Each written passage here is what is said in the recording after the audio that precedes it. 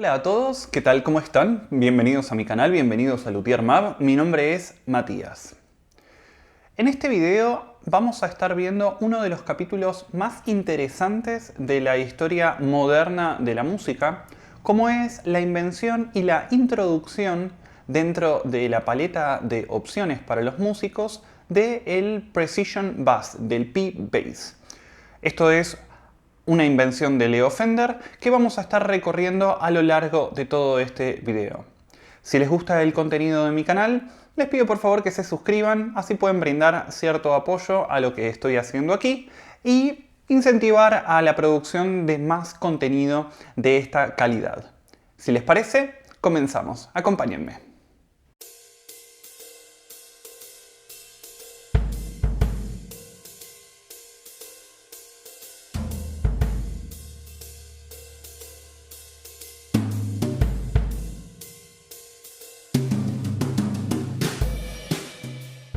El contrabajo es un instrumento de cuerda frotada. Se suele afinar dentro de su presentación más habitual, que es la de 4 cuerdas, en cuartas ascendentes que van en mi, la, re y sol. Pertenece a la misma familia de instrumentos que el octabajo, el violonchelo, el cello, la viola o el violín. Debido al registro resultante de su ejecución, no se suele encontrar en él un instrumento de gran proyección en términos de volumen, por lo cual se ha quedado relegado a lo largo de la historia a un lugar principalmente de acompañamiento rítmico, es decir, a un papel un tanto más secundario y no tan primordial, por lo menos en lo que respecta a la música en vivo, no amplificada. Sin embargo, desde finales del siglo XIX, esto es algo que se ha intentado revertir de manera sistemática con distintos intentos de solución, algunos más o menos exitosos, como pasaremos a ver a continuación. Por ejemplo, Gibson, en la primera década del siglo XX, produce un instrumento denominado mandopás, una especie de cruza entre la mandolina y el contrabajo que permitía su ejecución tanto en vertical como en horizontal, dependiendo del sitio donde se posicionaba un pin, que era un pie de apoyo que tenía el instrumento para ayudar al músico a sostenerlo y ejecutarlo. La primera unidad de cuerpo sólido rastreable se la podemos adjudicar a Paul Tutmarc, un inventor y músico de Minnesota, Estados Unidos. Su primer diseño fue una especie de cello de cuerpo sólido al cual se le habría agregado un pickup y que tenía ciertas particularidades sonoras, podía amplificarse, por ejemplo. Sin embargo, fue rápidamente descartado su uso debido a el gran peso que implicaba tanto para ejecutar como para transportar. Su próximo desarrollo, que fue catalogado en 1937, es una especie de guitarra hawaiana de 4 cuerdas, entrastada, de cuerpo sólido, que presentaba un sistema de pickups sumamente interesante. Este instrumento presenta una escala de 30 pulgadas, utiliza unas cuerdas un tanto ligeras dentro del mismo registro que el contrabajo y fue complementado con un amplificador que podía reproducir con cierta efectividad el registro de frecuencias que producía este instrumento. Otros aportes que realiza la tecnología musical dentro de este rubro es el posicionamiento del pickup en una zona bastante próxima al mástil, como luego lo veremos en otros instrumentos, asimismo como un pickup que no estaba completamente perpendicular a las cuerdas, sino que se encontraba ligeramente inclinado como para poder tomar de las cuerdas agudas el registro más agudo y de las cuerdas graves el registro más grave. Esto es algo que luego tendrá cierto éxito y cierta pregnancia, podemos suponer, en el desarrollo de la posición de los micrófonos, como por ejemplo el puente de la Telecaster o los micrófonos en la Stratocaster. Esto se presenta a la venta bajo el nombre de Audiobox de Electronic Musical Instruments. De hecho, les voy a estar dejando el catálogo por aquí arriba como para que puedan ver un poco de qué se trataba la producción de este sujeto tan interesante. Más o menos fechado en el año 1936, aparece otro artefacto a intentar responder a la necesidad de las frecuencias graves amplificadas. En este caso es denominado Electrobass, producido por una empresa bajo el nombre Electro.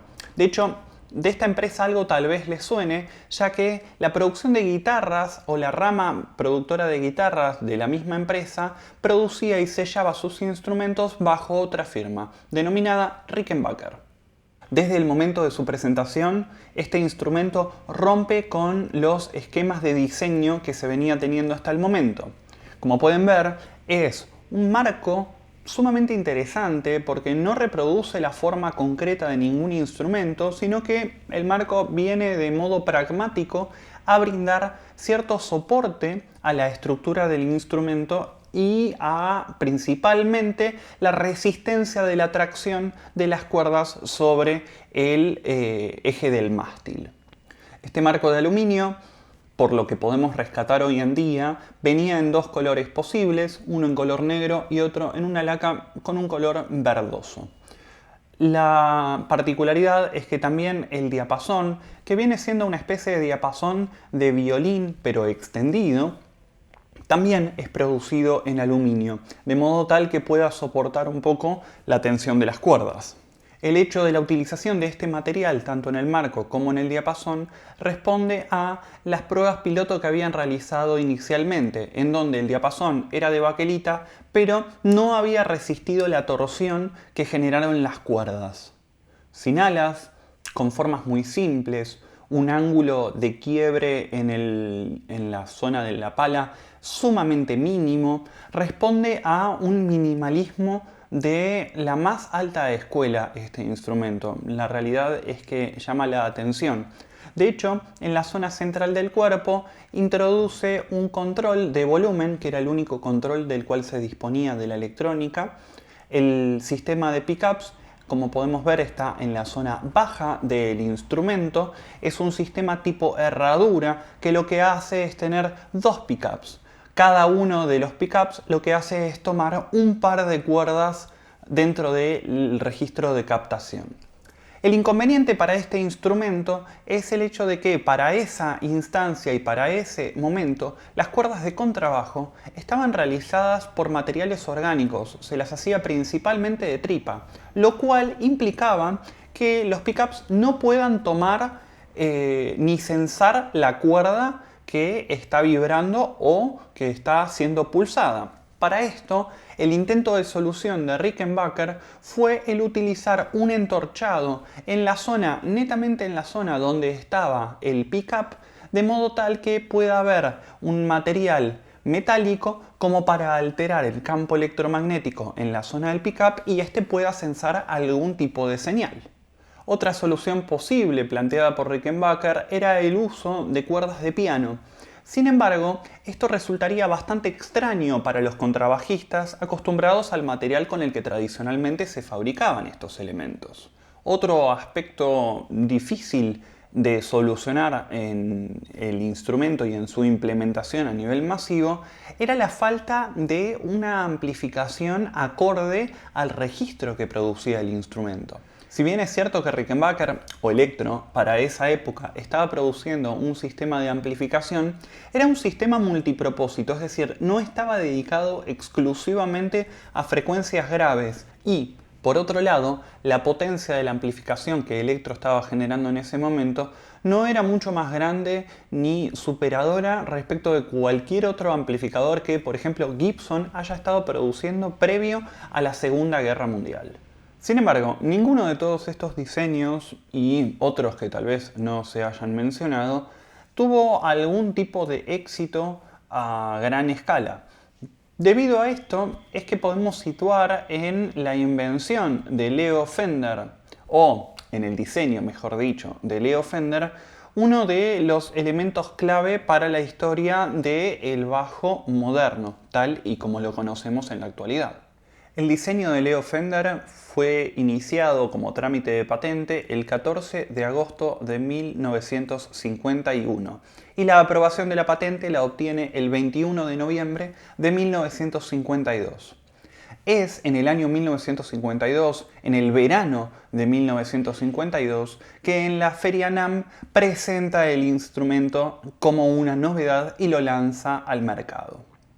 Contaba con un mástil de maple muy grueso, cuyo diapasón y mango eran en realidad una sola pieza, es decir, no eran dos piezas encoladas, con la particularidad que se injertaba desde la parte trasera un tensor con un skank de nogal para tapar la ranura que se debía hacer, siguiendo los lineamientos y los desarrollos que habían realizado con el instrumento Broadcaster.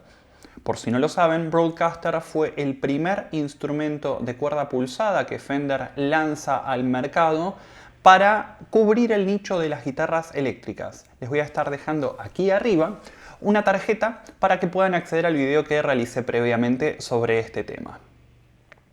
La pala responde también al lineamiento que había seguido para su hermana de 6 cuerdas, es decir, 4 clavijas en línea con un baja cuerda para primera y segunda cuerda.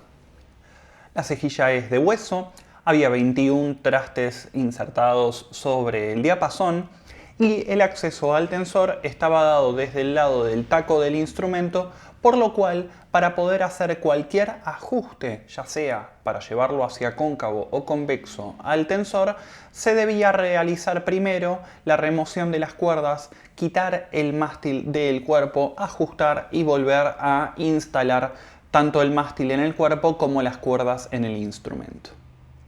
Las cuerdas tenían un núcleo de tripa, es decir, respondía un poco a la tradición que se tenía del contrabajo, pero estaban entorchadas en metal de modo tal que puedan ser sensadas por el pickup del instrumento. Este era un micrófono de simple bobina, de una construcción bastante similar a la que se había realizado para el micrófono del puente del instrumento Broadcaster, con 4 polos, los cuales se encontraban bastante planos, cosa que después termina modificando Fender en su diseño. La electrónica, asimismo, se complementa con un pote de volumen y un pote de tono, además de un jack que se encuentra instalado de manera lateral en el cuerpo. Tanto el pickup como el puente se encuentran tapados con un chapón, es conocido esto como el puente tipo ashtray.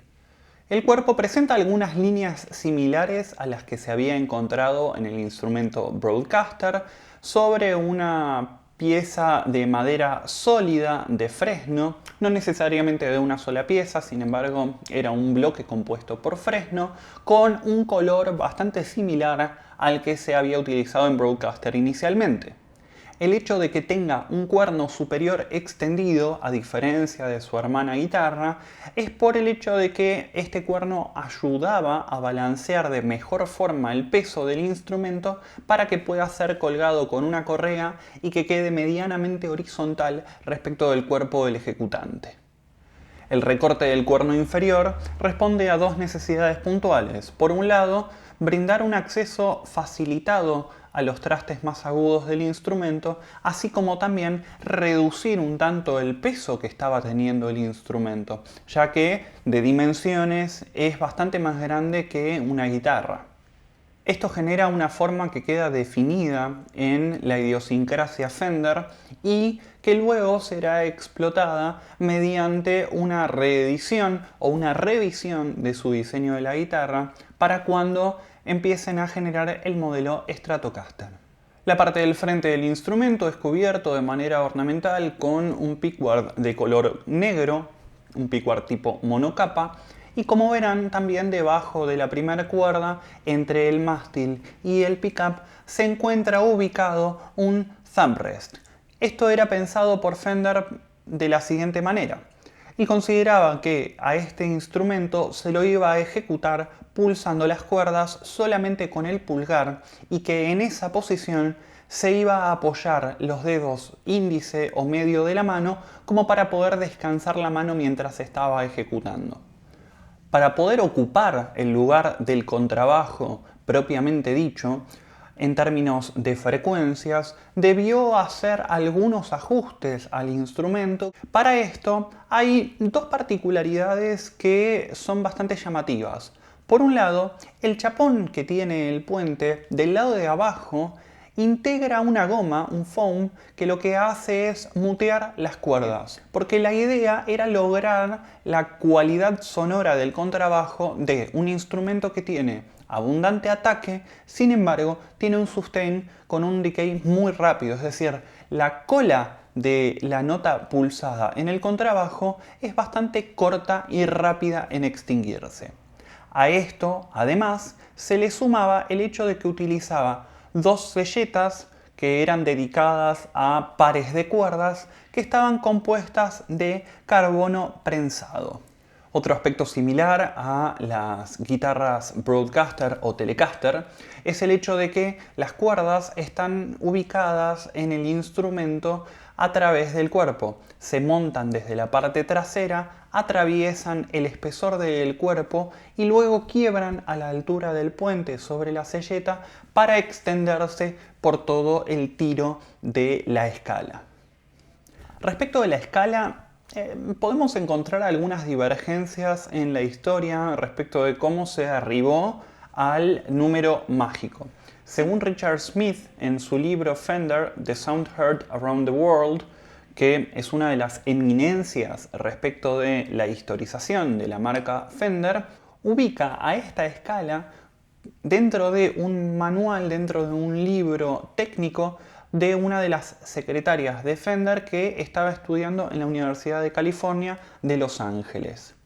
Otra de las versiones, que es la de Fullerton, dice lo siguiente, que se había estado intentando con escalas bastante más cortas, 30 y 32 pulgadas. Sin embargo, que no lograban la tesitura y la cualidad sonora que se estaba buscando, que era aproximarse un poco a la sonoridad de un contrabajo. Y encontraron en las 34 pulgadas un punto intermedio, un punto de compromiso o una zona de acuerdo entre la escala de 25,5 pulgadas, que era la escala de la guitarra Broadcaster, y las 40 pulgadas, que son la escala del contrabajo, del instrumento madre. Con esto también se resolvía uno de los propósitos que estaba buscando Fender en este momento y que respondía medianamente a la desaparición de las big bands que había hasta ese momento. Dado que esto lo que generó es la falta de trabajo para muchos guitarristas. Entonces, Fender había pensado que con este instrumento, si lo acercaba medianamente a la forma en que el guitarrista ejecuta y que se sienta cómodo, podría ser una salida laboral más para todos aquellos guitarristas que estaban quedando desempleados. La afinación fue Mi, La, Re, Sol, que es idéntica a la de la guitarra, sin embargo una octava por debajo. El nombre del instrumento también es algo debatible. Por un lado podemos suponer que Precision recibe su denominación por el hecho de la precisión que tenía el hecho de estar pulsando sobre un diapasón que se encuentra entrastado, es decir, la exactitud de la afinación es bastante mayor y considerablemente superadora respecto de el estar pulsando notas sobre un diapasón que es fretless. Pero, por otro lado, también puede deberse al hecho de la precisión en la tonalidad de este instrumento, debido a que, si bien estaba intentando emular un contrabajo, también tenía un carácter peculiar, es decir, suena como un contrabajo, pero no suena como un contrabajo. Y una tercera versión tiene que ver con la precisión en su construcción. Los contrabajos hasta ese momento se producían de manera neta e íntegramente artesanal en ateliers y talleres de luthiers, por lo cual la gran mayoría de las herramientas que se utilizaban eran herramientas manuales, era tracción a sangre. Entonces, esto es un instrumento para un rubro en donde la artesanía era la norma, que se produce de manera totalmente industrial, es decir, Con esta mecánica industrializada de construcción modular de Fender, lo que se lograba era una replicabilidad, una posibilidad de ser reproducido con gran precisión en las medidas a lo largo de toda una tirada de la producción de instrumentos. El valor para 1951 de este instrumento era de $199,50, que para valor dólar actual estaríamos en $1969,68. Fender, que en términos de mercadotecnia no era ningún sonso, entendía que a este instrumento, para sacarlo a la venta, debía ser producido a la par de un amplificador que sea capaz de reproducir el sonido que estaba produciendo. Para esto, como ya contaba con una amplificación para guitarra y entendía que el amplificador de guitarra no era la norma, decidió montar una línea de producción dedicada a un amplificador para bajos, que sería, a posteriori, la producción del Fender Bassman. Este amplificador, que se comercializó bajo el lema de ser especializado en reproducir frecuencias graves, contaba con un cono de 15 pulgadas para poder mover la cantidad de aire suficiente y necesaria como para que las frecuencias más bajas encuentren un correlato a nivel sonoro. El circuito es íntegramente artesanal en su producción, soldadura punto a punto, con un esquema que responde a los cánones y estándares de la época, como eran los circuitos valvulares, y tenía la posibilidad de producir más o menos un wattaje de 28 watts. Esto es una potencia relativamente baja para lo que podemos encontrar en el mercado hoy en día. Ya en 1951 podemos vislumbrar el ocaso de las big bands, dando lugar a las pequeñas bandas, que serían el germen precursor de lo que vendría a posteriori y se conocería como el rock and roll.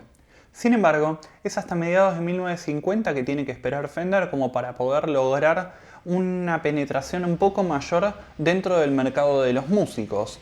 Para esto, lo que intenta hacer es generar grandes modificaciones en el instrumento. Por esto, en 1954 se introduce una nueva versión del P-Bass que es con un color Sunburst. Según Fullerton, no había una diferenciación acústica muy fina de parte de Fender para las maderas que se estaban utilizando en el instrumento. Por lo tanto, los primeros instrumentos fueron de ash y recién para 1956 se introduce el alder por motivos de costos como la madera para producir el cuerpo de los bajos. También se introducen los rebajes y contornos redondeados que se le estaba dando en ese momento a la Stratocaster. Es decir, ya nos encontramos en este punto con la Stratocaster dentro del catálogo de Fender. Los modelos 54 y 55 tenían disponible un pickguard de color blanco y también un pickguard de color negro. Sin embargo, a partir de 1956 pasa a haber pura y exclusivamente en el catálogo instrumentos con pickguard de color blanco. También, para 1954, los polos de los micrófonos reciben un radio que se aproxima un poco más a las 7,25 pulgadas que se estaban utilizando en ese momento para los instrumentos Fender. Otra variación que se produce en el 54 es que las selletas de carbono prensado pasan a ser de acero. De estos bajos, tal vez el más famoso de la historia es el bajo de Sting, que es un P-Bass 1954 y que en algún momento es reemplazado para no ser el instrumento que esté sacando a giras y no exponerlo a riesgo y peligro por una réplica Fender Custom Shop. Para 1957 se introduce una característica que pasa a ser idiosincrática del P-Bass, que es el tipo de pickup que lleva este instrumento. De un pickup de simple bobina se pasa a utilizar un doble bobina como para poder reducir el ruido. Pero esto es un humbucker muy particular, ya que en realidad son dos bobinas que censa cada una un par de cuerdas distintas, es decir, no hay dos polos sensando la misma cuerda. Por lo tanto, la cualidad o la característica sonora de un humbucker propiamente dicha no es lograda por el pickup. Las palas también reciben una modificación radical y se les otorga una forma mucho más similar a la que estaban teniendo los instrumentos Stratocaster en ese momento. Según Fender, el aumento de la masa en la pala, aumentaba también el sustain del instrumento. Como vemos, ya están apuntando a algo completamente distinto respecto del sonido en el bajo. Asimismo, el puente recibe varias modificaciones. Una de ellas es el hecho de que a partir de esta fecha en adelante pasa a ser el montante para las cuerdas. Por otro lado, de un sistema de 3 tornillos pasa a ser el puente fijado con un sistema de 5 tornillos, como para poder resistir un poco la tensión que estaban teniendo de las cuerdas. Otra cuestión del puente, tal vez aún más significativa respecto de la posibilidad de un audio y de la precisión de la afinación, es el hecho de recurrir ya no a selletas compartidas, sino selletas individuales para cada una de las cuerdas, lo que permite una regulación independiente tanto de la acción de las cuerdas como de la posibilidad de regular la entonación o el octavado de las mismas. En el 59 aparece el Rosewood como una de las opciones para el diapasón del instrumento, ya que Elvis Presley es el que grabó la primera canción que incorpora al P-Bass dentro de su formación, que logra ser un hit. Dentro del catálogo Fender, entre 1960 y mediados de la década del 70, el P-Bass ya no encuentra grandes variaciones como lo había estado teniendo. Otro gran usuario de P-Basses fue James Jamerson. Es un bajista sumamente atractivo en su forma de tocar, muy reconocido en la actualidad, sin embargo, que en su momento no logró el reconocimiento ni la trascendencia debido a motivos raciales. Para la discográfica Motown, grabó los bajos de muchísimos, pero muchísimos éxitos. Sin embargo, nunca se lo hizo figurar en los créditos. Él también había participado en la banda The Funk Brothers. Su técnica era muy particular. Tocaba principalmente con el dedo índice de la mano derecha, utilizaba cuerdas Flatwood de la marca La Bella y no cambiaba las cuerdas. Por favor, bajistas, no escuchen esto, pero no cambiaba las cuerdas excepto si se cortaban. Esto, sumado al hecho de que utilizaba una acción pero muy alta en el instrumento, generaba desafinaciones a medida que se iba acercando a la zona más aguda del diapasón. Por lo cual, en muchas oportunidades, la discográfica, alocada por la desafinación notoria que generaban sus instrumentos, solía llamar a otros bajistas como para corregir estas partes. En 1956 se produce un hito bastante particular en la era de los P-Basses, ya que se produce un modelo específico para Reino Unido. Los P-Bass 66 UK, se les puede denominar, son una reminiscencia del primer modelo del Precision Bass, ya que tenía pocos rebajes, el pickguard era de color negro, se había hecho una réplica bastante precisa y exacta de los primeros pickups que se habían fabricado en el instrumento. Otra particularidad en la historia de los P-Basses se produce en el año 68, cuando se lanza una reissue de ese primer bajo y se la denomina Telecaster Bass. Tal y como el P-Bass del 66 que se producía para UK, tenía la réplica de la pala exacta, los micrófonos estaban precisamente hechos, el tipo de pickguard era del color y forma original y también el hecho de que el montante de las cuerdas en el instrumento se realizaba desde la parte trasera del cuerpo y no desde la parte frontal como se venía haciendo ya hace algunos años. En 1970 Fender empieza a ofrecer la primera versión de P-Bass fretless. Década que encontrará a Jaco Pastorius en uno de los momentos de mayor esplendor de su carrera. Esto implica una modificación radical del uso del instrumento, ya que no limita su funcionalidad al uso de la escala cromática. También para esta década encuentra Fender nuevamente en el Ash el tipo de madera que va a utilizar para los cuerpos de los instrumentos y empieza a ofrecer colores translúcidos para el acabado del instrumento. Hasta aquí llegaremos con la historia del P-Bass a lo largo de la trayectoria de Fender. Es cierto que hubo variaciones, modificaciones, distintos instrumentos signature producidos. Sin embargo, lo más jugoso y lo más rico de la historia llega más o menos hasta este periodo. Si llegaron hasta este punto del video y les ha gustado, agradecería que se suscriban al canal. Saben que los días jueves y sábado se está subiendo material nuevo, así que nos estamos viendo pronto. Un saludo. Chau chau.